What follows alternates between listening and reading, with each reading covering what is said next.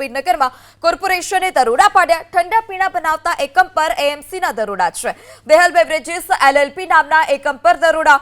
કેરપા અને બોટલ મળ્યા છે અત્યંત ખરાબ સ્થિતિમાં. રંગીલા સ્પ્રે જ્યુસ ફ્રૂટ ફ્લેવરના પણ સેમ્પલ લેવામાં આવ્યા. ઓરેન્જ, રાસ્પબેરી ફ્લેવર સહિતના ફ્લેવરના નમૂના લેવાયા છે. અહીંયાથી જ સમગ્ર રાજ્યમાં આ રંગીન જ્યુસ મોકલવામાં આવતું હતું. સ્વચ્છતાના અભાવને લઈ એકમ સામે હવે મોટી કાર્યવાહી થશે. તો દેહલ બેવરેજીસમાં આ પ્રકારે દરોડા પાડ્યા છે અને જ્યાં કેરપા અને બોટલ અત્યંત ખરાબ સ્થિતિમાં મળ્યા. વધુ માહિતી સાથે સંવાદદાતા કુશાંગ ફોનલા આપણી સાથે જોડાઈ ચૂક્યા છે. કુશાંગ, હાલ અત્યારે સ્થળ પરથી કેટલો જથ્થો મળી આવ્યો છે અને કેટલા સમયથી આ પ્રકારે અહીંયા ફેક્ટરી ધમધમતી હતી?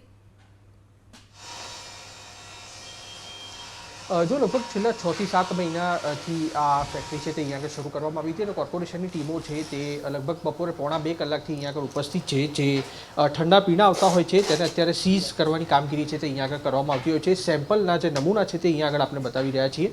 આ પ્રકારની જે જ્યુસ માટેની બોટલ હોય છે તે બાળકોને ખૂબ આકર્ષિત કરતી હોય છે તે અહીંયા આગળ બનાવવામાં આવતી હતી. તેના મેન્યુફેક્ચરિંગથી લઈ અને પ્રોડક્ટ સુધીનું આખું કામ અહીંયા આગળ કરવામાં આવતું હતું. રંગીલા સ્પ્રે જ્યુસ જે અહીંયાના સંચાલકો છે તેમનો દાવો છે કે આરો વોટરમાંથી આ જે જ્યુસ છે તે બનાવવામાં આવતું હોય છે, પરંતુ જો તેમાં સેકરીનું પ્રમાણ હશે તો તેની સામે ગુનો નોંધાવવાની અથવા કાયદેસરની કાર્યવાહી થવાની પણ શક્યતાઓ છે. આખું ગોડાઉન સૌથી પહેલાં આપણે બતાવીશું જ્યાં આગળ આ આખું જે મેન્યુફેક્ચરિંગ પ્લાન્ટ અહીંયા આગળ છે તે બનાવવામાં આવતો હતો. બોટલ છે તે બજાર તેની કિંમત 10 રૂપિયા જેટલી છે, પરંતુ મળતી માહિતી અનુસાર અહીંયા આગળ 2 થી 3 રૂપિયામાં આ જે પ્રોડક્ટ છે તે અહીંયા આગળ બનતી હોય છે.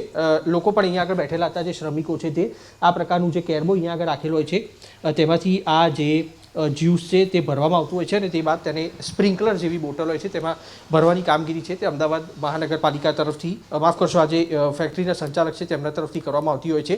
અલગ અલગ ઠંડા પીણા બનાવતું આ એકમ છે. આપણી સાથે આરોગ્ય અધિકારી જોડાયેલા છે, તેમની સાથે વાત કરશું. સાહેબ, કયા કારણોસર અહીંયા આગળ અત્યારે આ કારખાનું સીઝ કરાઈ રહ્યું છે અને શું શું મળ્યું છે અહીંયા આગળ? આપણે શું નમૂના લીધેલા?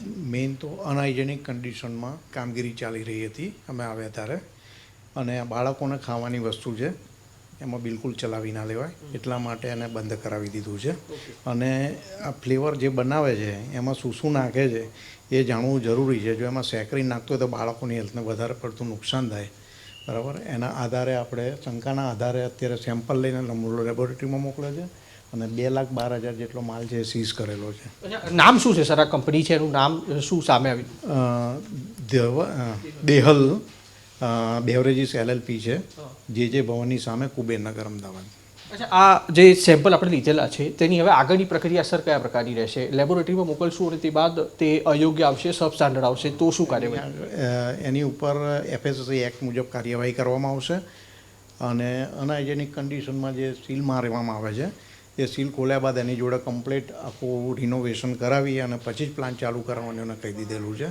રિનોવેશન કરાવી, ઇન્સ્પેક્શન કરીને પછી પ્લાન્ટ ચાલુ કરાવીશું અમે.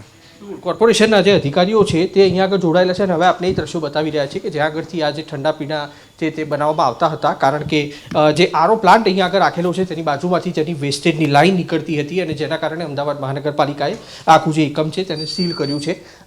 દ્રશ્યો બતાવશે મારા કેમેરામેન. અહીંયા આગળ આ જે આખો આરો પ્લાન્ટ છે અને અહીંયા આગળ જે ગંદકી છે તે આપ જોતા હશો. તેની સાથે આ ગોડાઉનમાં મૂકેલો જે માલ સામાન છે જે બજારમાં વેચાણ અર્થે મોકલવામાં આવતો હતો તે પણ અહીંયા આગળ આપ જોઈ શકતા હશો. આ જે વેસ્ટેજની આખી લાઈન અહીંયા આગળથી જઈ રહી છે તેની બાજુમાં જે આરો પ્લાન્ટ આવેલો છે ત્યાં આગળથી આ પાણી ભરવામાં આવતું હતું, જેના કારણે અમદાવાદ મહાનગરપાલિકાએ આ દેહલ નામનું જે કારખાનું છે અત્યારે અહીંયા આગળ સીલ કર્યું છે. ફ્લેવર અહીંયા આગળ આપણે બતાવી રહ્યા છે. અલગ અલગ પ્રકારની જે ફ્લેવર છે, મિન્ટ મોહિતોની જે ફ્લેવર છે તે અહીંયા આગળ ઉપસ્થિત છે. તેની સાથે ઓરેન્જ ફ્લેવર છે તે પણ અહીંયા આગળ જોવા મળી રહી છે. અન્ય જે ફ્લેવર છે તે પણ અહીંયા આગળ આપણે બતાવવાનો પ્રયાસ કરી રહ્યા છીએ. જે કલરફુલ ફ્લેવરો બાળકોને આકર્ષિત કરે તે પ્રકારની ફ્લેવરો. આ પ્રકારના જે ઠંડા પીણા છે અહીંયા આગળ ક્રેઝી ક્રેનબેરીની જે ફ્લેવર છે તે પણ અહીંયા આગળ જોવા મળી છે. અને પાછળ આ આખું જે કારખાનું છે ત્યાં આગળ જુઓ આટલો જથ્થો મોટો સ્ટોક અહીંયા આગળ મૂકેલો છે જે બનીને તૈયાર છે અને કેટલા સમયથી બનાવેલો હતો તેને લઈને પણ માલિક છે તે હજી સુધી કોઈ બોલવા માટે તૈયાર નથી. પરંતુ આ જે પ્રક્રિયા છે, આ જે કન્ડિશન છે તેના કારણે અમદાવાદ મહાનગરપાલિકાએ અત્યારે 2,12,000 જેટલી બોટલો છે તેનો તેનો જથ્થો સીઝ કરવાની પ્રક્રિયા શરૂ કરી છે અને તેની સાથે આ પાછળના દ્રશ્યો પણ મારા કેમેરામેન આપને બતાવશે. અહીંયા આગળથી જે આખી લાઇન જઈ રહી છે તે લાઇનમાં જ આ પાણી ભરવાની પ્રક્રિયા કરવામાં આવતી હતી. તેના કારણે અમદાવાદ મહાનગરપાલિકાએ અનહાઇજીન ધોરણ તેની સાથે જો આમાં સેક્રીનનો ઉપયોગ કરવામાં આવતો હશે તો સેક્રીનના કારણે પણ આખું જે કારખાનું છે તેની સામે હવે આગામી 10 થી 15 દિવસની અંદર નિર્ણય કરવામાં આવશે કે આ કારખાનું છે તેને કાયમી ધોરણે સીઝ કરવું, તેનું લાયસન્સ રદ કરવું કે પછી તેને કોઈ મોટો દંડ કરવો. હાલના તબક્કે 2,12,000 જેટલી બોટલો જે સ્પ્રે છે જે અગાઉ આપણે બતાવ્યા તે સ્પ્રેનો જથ્થો સીઝ કરી અને આ કારખાનું છે તેને સીલ મારવાની પ્રક્રિયા અમદાવાદ મહાનગરપાલિકાએ શરૂ કરી છે. જી કુશાંક, સમગ્ર માહિતી બદલ આભાર. તો અમદાવાદમાં એએમસીની ટીમ દ્વારા દરોડા પાડવામાં આવ્યા હતા.